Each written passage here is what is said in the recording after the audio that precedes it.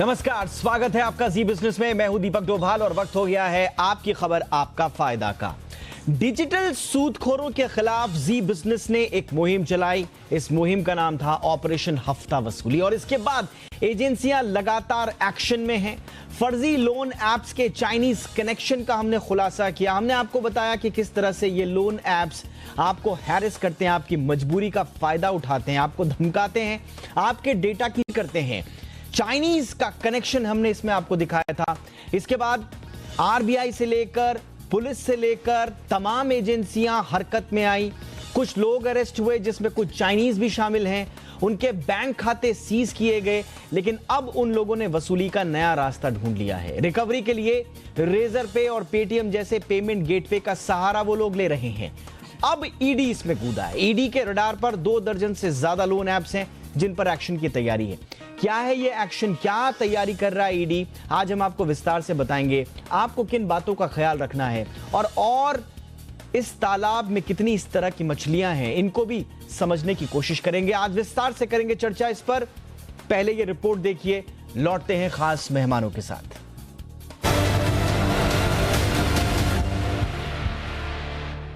पैसे चाहिए, पैसे के लिए आराम कर रहा हूँ। पैसे दिया तो मैं नहीं करता हूँ। कुछ भी करो, भीख मांगो पर पेमेंट चाहिए मेरे को, समझ आ रहा है ना। ऑपरेशन हफ्ता वसूली, जी बिजनेस की वो मुहिम जिसने फटाफट लोन देने वाली डिजिटल कंपनियों का पर्दाफाश कर दिया। हमारे स्टिंग के बाद से इन डिजिटल लेंडिंग कंपनियों पर लगातार एक्शन हो रहे हैं।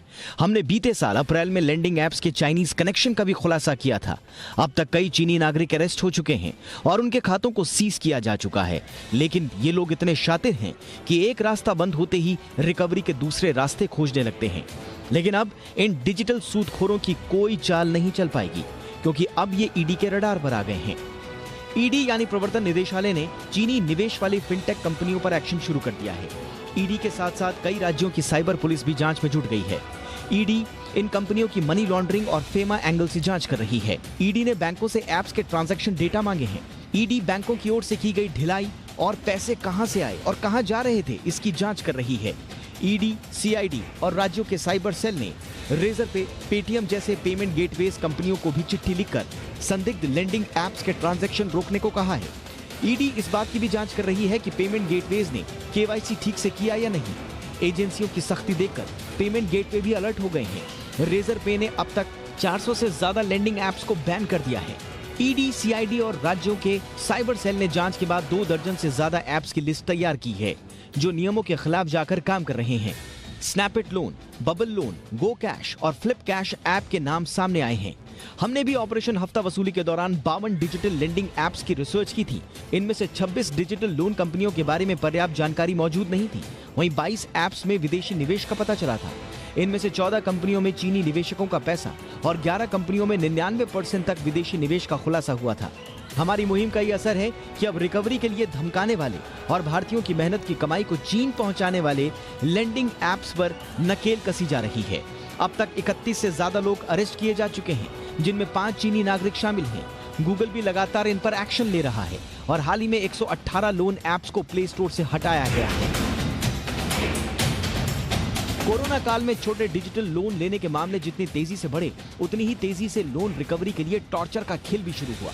हमारी भी अपील है कि आप ऐसे लेंडिंग ऐप से लोन लेने से बचें और अगर लोन लेने की नौबत आ भी जाए तो जांच लें कि ये आरबीआई के दायरे में जरूर आते हैं। आप डिजिटल सूदखोरों से बिल्कुल न घबराएं और किसी भी तरह के दुर्व्यवहार पर तुरंत साइबर सेल में शिकायत करें। ब्यूरो रिपोर्ट, जी मीडिया।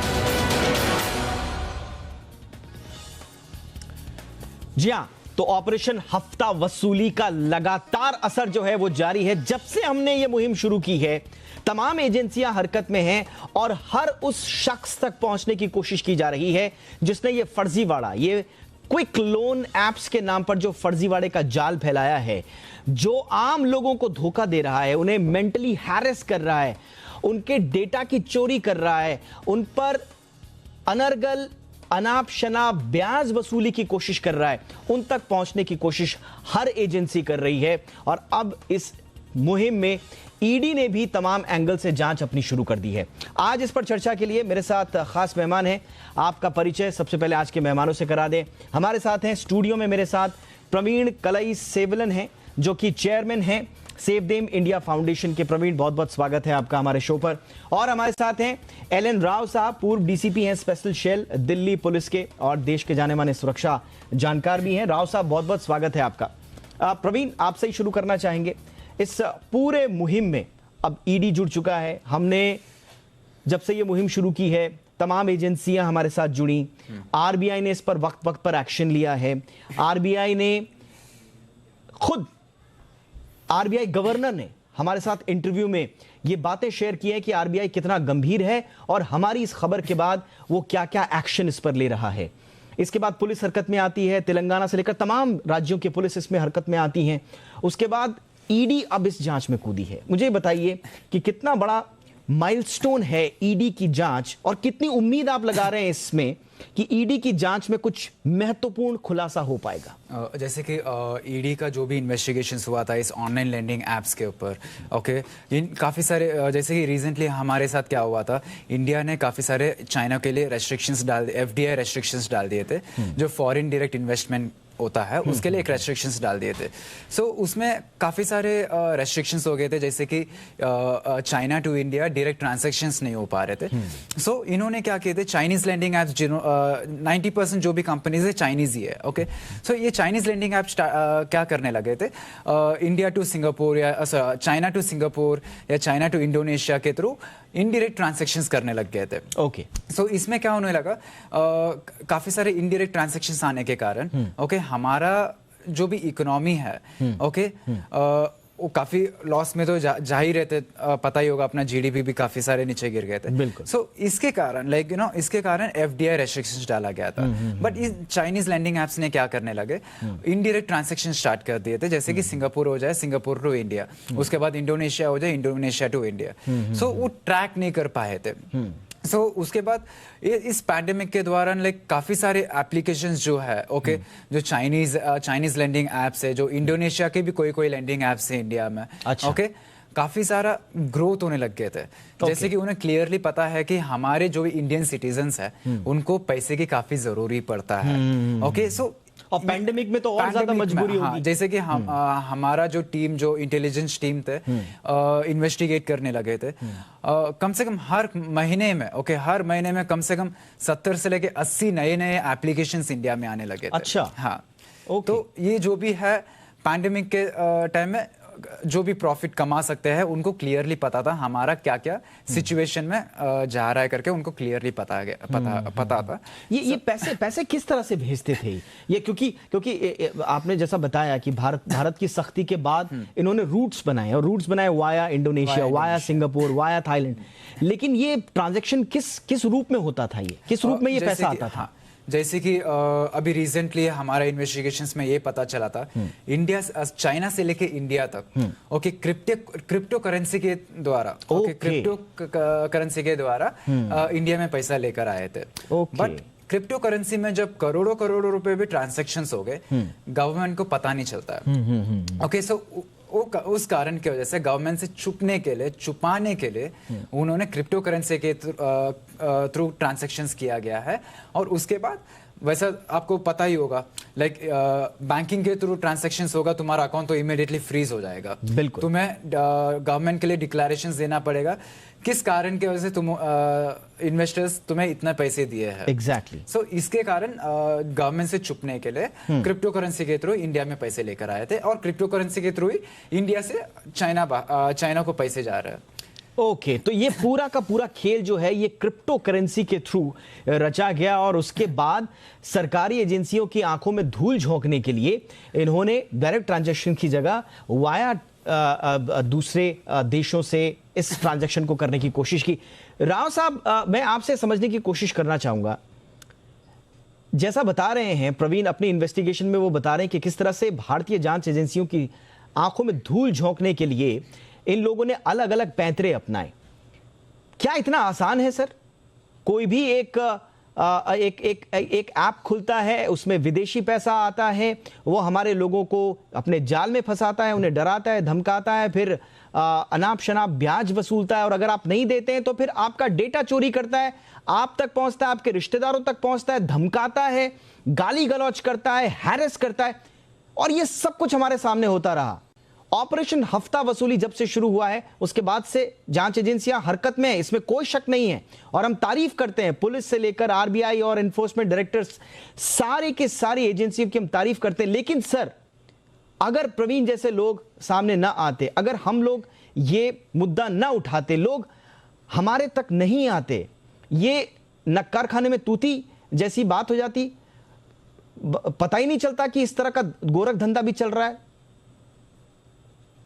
दीपक जी, सबसे पहले तो मैं आपको बधाई देता हूं कि आपने हफ्ता वसूली जो प्रोग्राम रखा है, इससे काफी लोगों को जानकारी मिल रही है और काफी लोग सावधान हो रहे हैं। लेकिन हमारा एक सबसे बड़ा ये है कि जैसे साइंस का है कि साइंस में जब हम तरक्की करते हैं तो उसके साथ साथ हमें कुछ उसके बुराइयां भी नजर आती हैं। जिस प्रकार से हम ऑनलाइन जा रहे हैं और सॉफ्ट हमारी इकोनॉमी की तरफ हम बढ़ रहे हैं और बैंकिंग सिस्टम हमारा ऑनलाइन हो रहा है, इस प्रकार से एप्स का आना और इसके बाद डिफरेंट प्रकार के एप्स, और खास तौर से जब लॉकडाउन जब हुआ है तो लोगों के पास फाइनेंशियल क्रंचेज हुए हैं, तो ऐसे ऐप्स बनाने वालों ने ये अच्छा मौका ढूंढा कि इस प्रकार से लोगों को लोन का झांसा देकर उनसे इस प्रकार से पैसा अनाप शनाप पैसा वसूला जाए, और ये सारी चीज को ये करना शुरू कर दिया।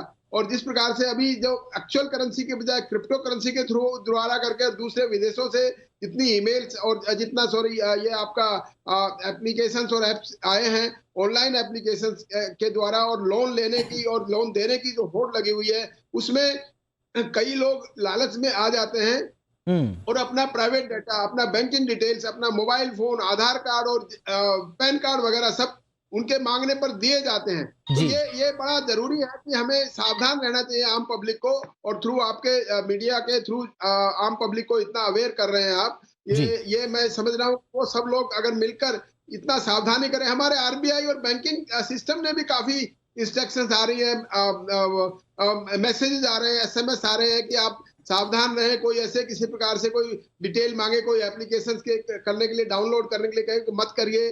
लोन ऐसे बांट रहे हैं, ऐसे लोन के चक्कर में आकर, लोन के लालच में आकर ना करिए।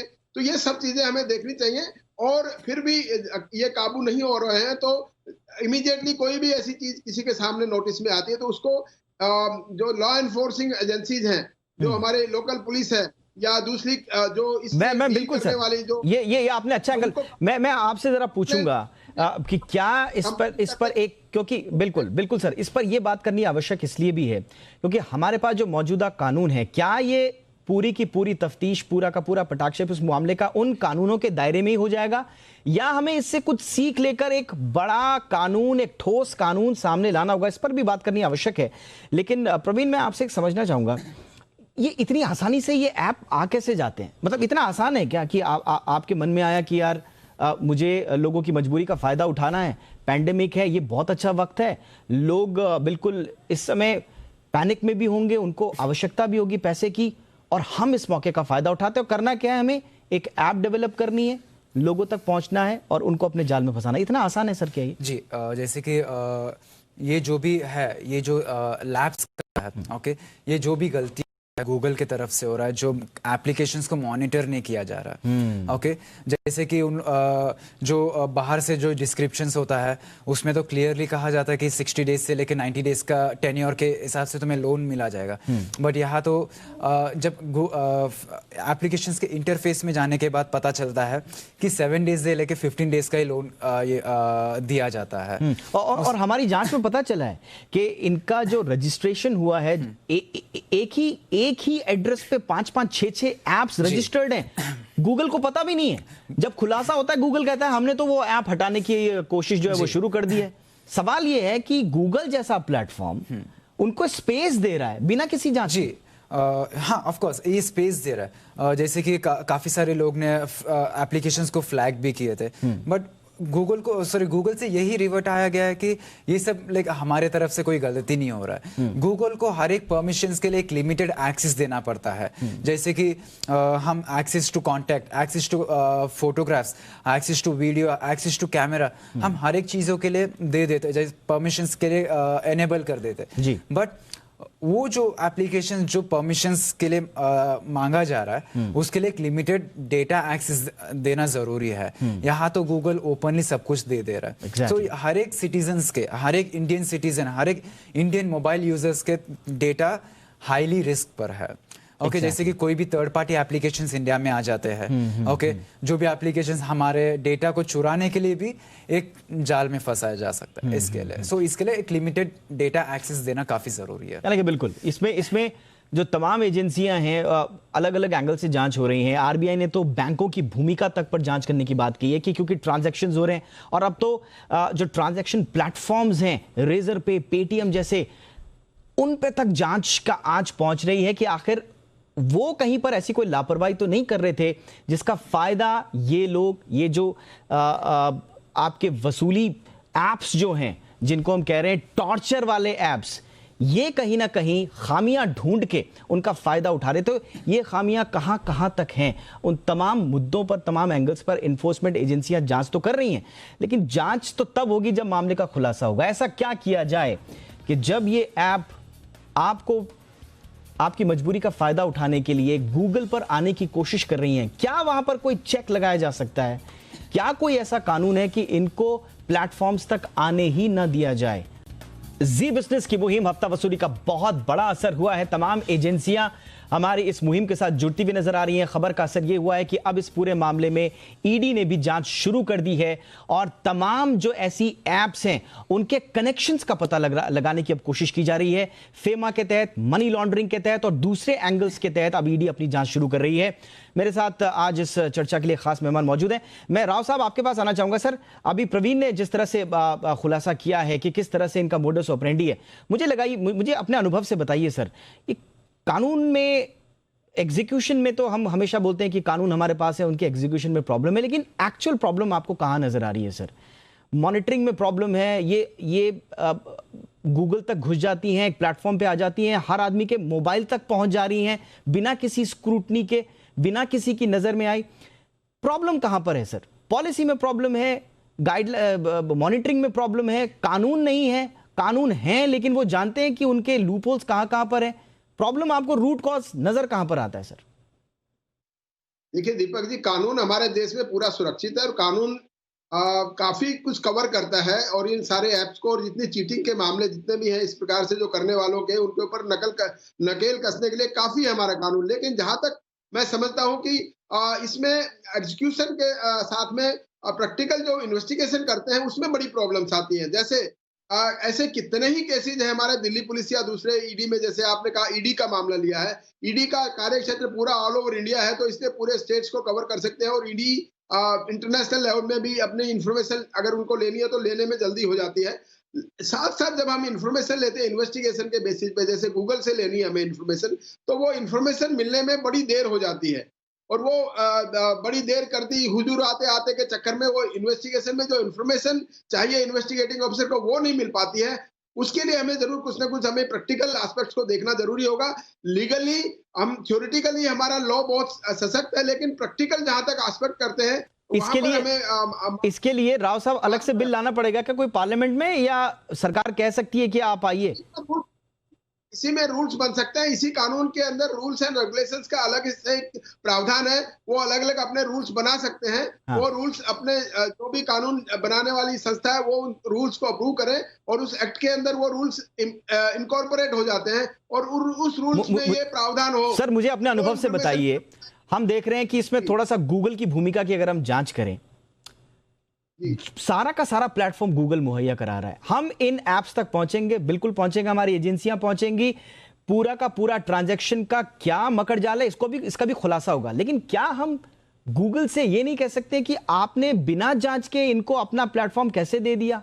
आप ही के प्ले स्टोर से ये आदमी के मोबाइल तक पहुंची है और फिर आदमी की जेब तक पहुंचे हैं ये लोग। क्या हम इतना नहीं कह सकते हैं गूगल से? इतनी रिस्पॉन्सिबल हम बना सकते हैं गूगल को, या कहीं कमी रह जाती है? क्योंकि ये एक केस नहीं है सर। ये हमारी सरकार की अहम जिम्मेवारी बनती है कि गूगल के ऊपर इतना कंट्रोल रखें हम अपना कि जो इन्फॉर्मेशन हमको चाहिए वो गूगल तुरंत दे, और गूगल ऐसे अनाप शनाप तरीके से हमारी कोई भी इन्फॉर्मेशन अगर वो ले लेते हैं तो उनको आगे सप्लाई करने में ऐप्स को देने के लिए उनको एक रेस्ट्रिक्शंस होनी चाहिए, ताकि वो एक लिमिटेड डेटा सोर्स ही उनको दे जितना जरूरत हो, नेसेसरी का डाटा। यानी कि थोड़ा सा स्ट्रिक्ट सरकार के स्तर पर भी होना पड़ेगा। इसीलिए हम बार बार कहते हैं डेटा प्रोटेक्शन बिल लाइए, सख्त बिल लाइए, उसको जल्द से जल्द पार्लियामेंट में रखिए, पास कराइए, ताकि लोगों को एक राहत मिले। प्रवीण, फटाफट आपसे आखिरी सवाल, आपने इस मामले में एक PIL भी दाखिल की है।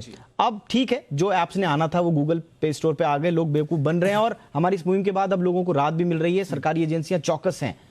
करना क्या होगा, आप क्या सजेस्ट किया आपने अपनी PIL? यूनियन ऑफ इंडिया और RBI को ये स्ट्रिक्ट रेगुलेशंस लेकर आना पड़ेगा कि जितने भी गूगल प्ले स्टोर में एप्लीकेशंस है, जो ऑनलाइन लेंडिंग एप्स है, सबको बैन किया जाए permanently. Okay, I mean temporarily ban किया जाए। उसके बाद जो भी डॉक्यूमेंट्स प्रोड्यूस करेंगे, जो भी कंपनीज जो लीगल कंपनी से डॉक्यूमेंट प्रोड्यूस करेंगे, वो कंपनी को ही एंटाइटल किया जाएगा कि गूगल प्ले स्टोर में रहने के लिए। जैसे कि हमने सुप्रीम कोर्ट में ये भी दाखिल किया है कि डेटा प्रोटेक्शन एक्ट 2019, ओके, ये जो बिल है पार्लियामेंट में पास होना काफी जरूरी है, बिकॉज ये जो भी कंपनीज है, हमारे जो भी डेटा है, एकदम ओपनली अनलिमिटेड डेटा उन लोग एक्सेस कर रहे हैं। इसके लिए डेटा प्रोटेक्शन बिल जो लेकर आएंगे, उसके लिए एक लिमिटेड एक्सेस, जो भी यूजर्स है, मोबाइल यूजर्स है, उनके लिए एक लिमिटेड एक्सेस का एक अलाउंस मिलेगा। जो भी कंपनीज है, एक लिमिटेड एक्सेस डेटा यूज कर सकते हैं, उससे ज्यादा कोई यूज नहीं कर सकते हैं। ये हमारे यूजर्स, यानी कि उसमें सख्त प्रावधान लाए जाएं, डेटा प्रोटेक्शन जल्द से जल्द पास हो ये बिल। और हमारा जो भी डेटा है, जैसे कि अपना आधार कार्ड हो जाए, पैन कार्ड हो जाए, ये हमारे सेंसिटिव डॉक्यूमेंट्स बाहर गांव में, लाइक मींस दूसरे कंट्रीज में सेल ना हो। बिल्कुल, यानी कि डेटा का प्रोटेक्शन। बार बार ये कहा जाता है कि डेटा तो आज की डेट में एसेट है, और इस एसेट को कोई कैसे भी अपने लोगों को मकड़जाल में फंसाकर अगर उस डेटा की एक्सेस ले रहा है, तो कहीं ना कहीं एक चेक लगाना आवश्यक होगा सरकार के लिए। डेटा प्रोटेक्शन लाना चाहिए, और जैसा प्रवीण कह रहे हैं, जितने भी ऐप्स हैं उनको टेम्परेरीली सस्पेंड कीजिए, दोबारा से स्क्रूटनी कीजिए, उनसे कागजात मंगाइए, और जो उस पर खरा उतरता है उसी को ऐप में आने की इजाजत दी जाए। आज की चर्चा में फिलहाल इतना ही। हमारी ये मुहिम तो जारी है, और आम लोगों की हक की आवाज़ हम उठाते रहेंगे। फिलहाल आज के शो में इतना ही। आप दोनों का बहुत बहुत शुक्रिया, प्रवीण और राव साहब, थैंक यू सो मच। इसके साथ आज के शो में इतना ही। अपना ख्याल रखें, इजाज़त दें, और देखते रहिए जी बिजनेस। नमस्कार।